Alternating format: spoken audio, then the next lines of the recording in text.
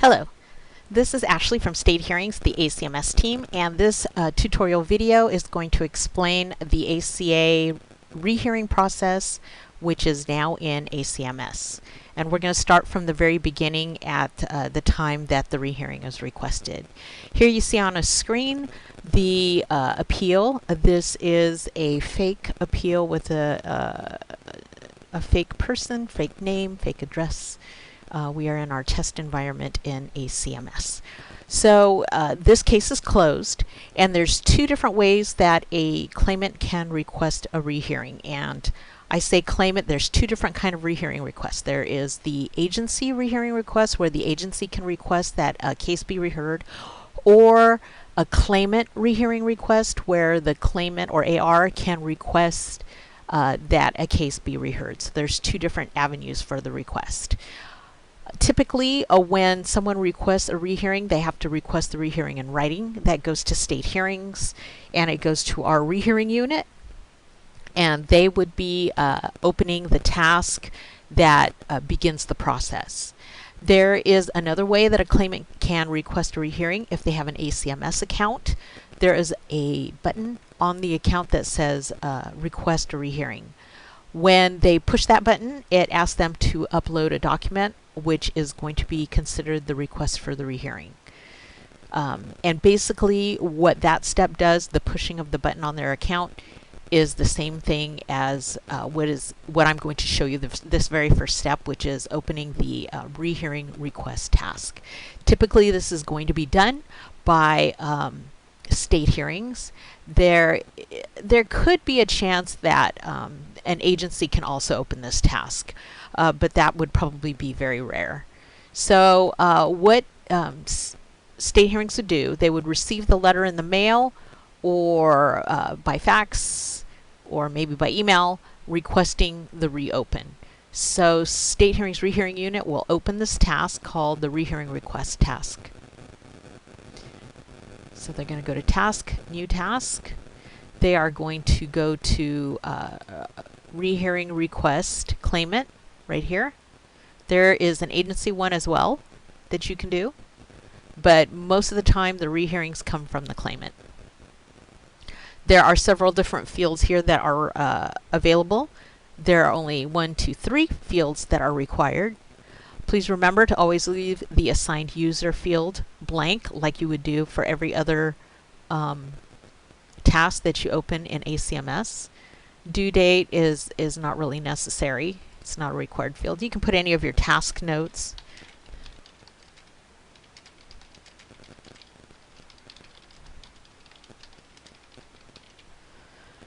And then, of course, you're going to upload the letter that the person sent. Optionally, you can put some sort of a description here if you need to. And then there's two different dates here. There's the filing date. That's the official filing date for this rehearing. Let's call it 4/2. Remember to use the formatting that is displayed here. But you also see this claimant rehearing receive date. What that is sometimes there's a delay between the time that it got filed, which is either the postmark of the letter, or it could be the date that the fax was received or the email was received, and sometimes that goes through another agency, so there's a bit of a time delay from the actual filing date to the date it arrives at State Hearings. We like to make sure to take note of that date if there is some sort of a delay, so that we can keep track of the timing of this rehearing. And of course, State Hearings staff would hit save. Now there's a couple of things that happen here once this task has been created or the button has been pushed in the e-filer's ACMS account. And the first thing that you might want to note here is that there is a change in the status. It goes from just closed to closed claimant rehearing requested. And there is also an acknowledgement letter that comes out. Probably it gets generated the next day, letting the claimant know that we received their request for a rehearing. And then the other thing that happens is that this case is going to appear in state hearings queue called Rehearing Operations Inbox. Excuse me.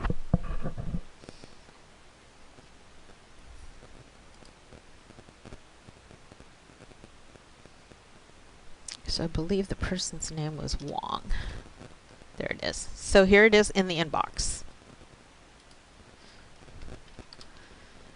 At this point, if it's an ACA program rehearing, the ACA PJ will, or their designee, would go into this rehearing operations inbox. They're going to take a look at all these ones that are ACA program by doing this filter right here and resolving all of these requests. These are all determinations, so I think we're going to go request. We just want to look at all the rehearing requests. There's only the one. I think there should be another one.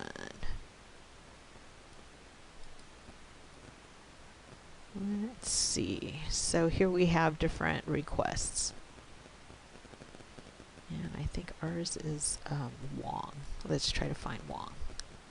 So, oh, I see. So when the PJ goes in here, they look for the ACA program. They're going to find the different ACA ones, and they're going to click on them that in that queue, and it's going to take them right to the task that they need to resolve. So the ACA PJ is going to go ahead and look at this. They're going to know what program that this appeal is asking for a rehearing, and they're going to know whether that's a state program that needs to be reheard by Covered California, or if it's going to be a federal program that needs to be remanded to the feds for rehearing. So if you take this drop down, there's the two different tasks that they could do. If it's not an ACA case, then the Rehearings Unit is going to either give it to CDSS, that's usually general jurisdiction cases, or DHCS, those are the DHCS cases, typically scope benefit cases, and some Medi-Cal cases. If this is not an ACA case, then State Hearings Rehearings Unit is going to pick one of these two. If it is an ACA case, then the PJ is going to pick one of these two. Since this is the old way of doing things and we're demonstrating the new ability of this software, we're going to go ahead and use this new path, which is ACA Covered California Rehearing, and hit save. So that was done by the PJ. Now what happens is it's going to be in a new appeal. Let me take note of the hearing number here. 529603. Okay, just in case it gets lost in the shuffle here. All right. So now it's no longer going to be in the inbox. Now it's going to be rehearing response by agency. So here's our appeal. Now this step is typically a pit stop, a short stop for the appeal in case a letter needs to get sent out or some other kind of action needs to happen before the determination is made by Covered California on this case. Right now, there are no intermediate actions that need to happen.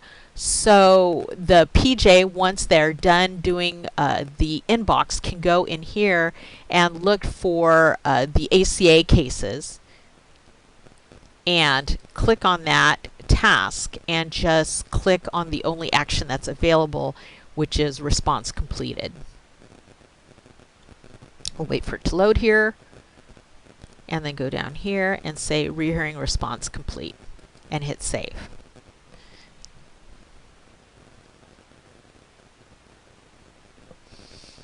Okay. Now the third thing that happens is going to be an action that needs to be done by Covered California. It's now, this case is now going to appear in the Rehearing Review External queue. So let me look for it. here. There it is.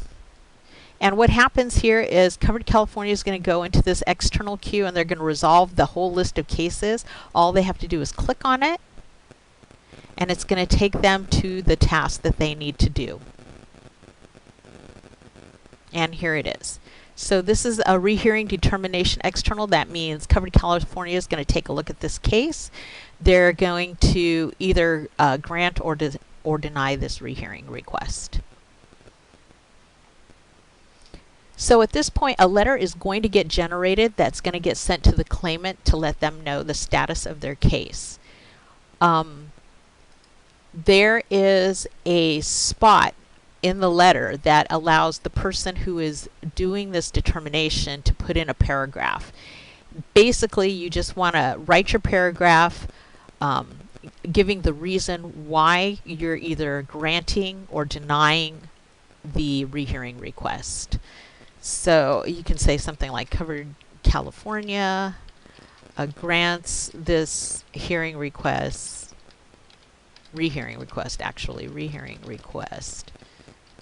because, and make sure that you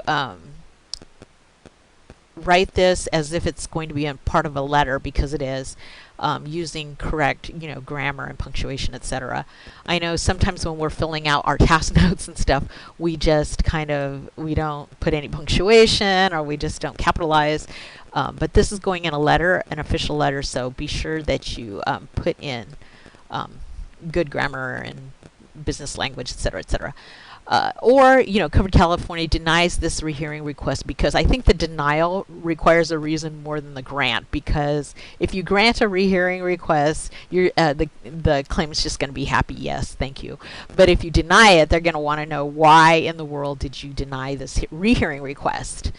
Then there's a bunch of different dates that are available to you. There's 1, 2, 3 agency dates, and 1, 2, 3, 4 claimant dates. So what are those? The agency dates are for agency requested rehearings. So we don't have to worry about the agency. This is a claimant requested this one. So we're going to look at these 1, 2, 3, 4 claimant dates. So this claimant withdrawal date is if for some reason the claimant says, you know what, I requested that rehearing, but never mind, I don't want it anymore. So they're not really, they are withdrawing their request. So you're going to put the date if they withdrew their request in here.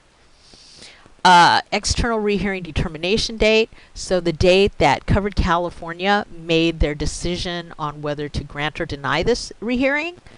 The rehearing recommendation date, if Covered California is not taking a stance on whether they're going to rehear or not, they can put their recommendation in and the date they made that recommendation.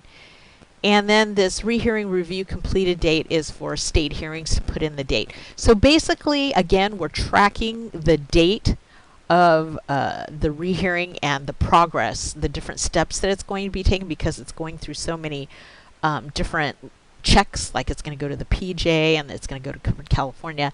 And our rehearing unit likes to make sure to keep track of the different dates, because I believe there's just a certain number of days that we have to take action regarding this request, and we need to monitor that very carefully.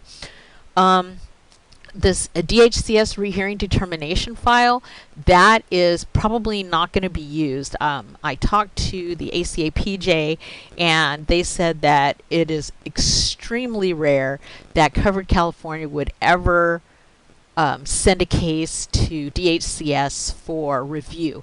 I mean, it could happen, but it's extremely rare. So if perchance DHCS had to weigh in on whether this case is going to have this rehearing granted or denied, then their analysis can be uploaded right here. Okay, so let's take a look at the different actions that can happen. So again, Covered California can deny this rehearing request. They can deny as untimely. Excuse me. the claimant only has a certain amount of time to request a rehearing, and if they do it outside of that time frame, then it is untimely. So if Covered California wants to deny this rehearing request because of that timeliness issue, they can select that action right there. Or if they are just denying it outright for another reason, here's one that, again, very, very rare: forward to DHCS for DHCS review. And that's where that document will come in if DHCS reviews it. Let's just say the presiding judge that made the determination that this goes to Covered California rather than the feds made an error. And this case, the rehearing should be done by the federal folks. Then select forward for federal review. Let's just say Covered California wants to go ahead and grant this rehearing, and they want a rehearing scheduled. So it's going to be reheard. Then they would select granted rehearing to be scheduled. Once you do that, a couple of other things appear. The date that you granted the rehearing, any scheduling preferences that need to happen. This becomes a required field, which is odd. If there was no DHCS rehearing determination, then I would probably just leave that as a blank file. The other thing that Covered California can decide is they can grant a rehearing on the record, which means that an ALJ will go in and look at all of the exhibits and evidence and make a determination based on the record rather than having a hearing all over again. And then, of course, there's that if the claimant decides that they do not want to move forward with this rehearing, then you can select withdraw. Now, whatever you select here, let's just say granted. I wonder if there's other. Let me see. If it's denied, no new fields appear. Forward for DHCS review, no new fields. Federal review, no new fields. The only one is this granted rehearing to be scheduled. Again, if there was no determination, I guess you would put just a blank Word document that says no DHCS rehearing no DHCS rehearing determination done. And then fill out the scheduling preferences that I said and the date that you actually did push this button, this save button. Let's go with granted rehearing on the record. Same thing there.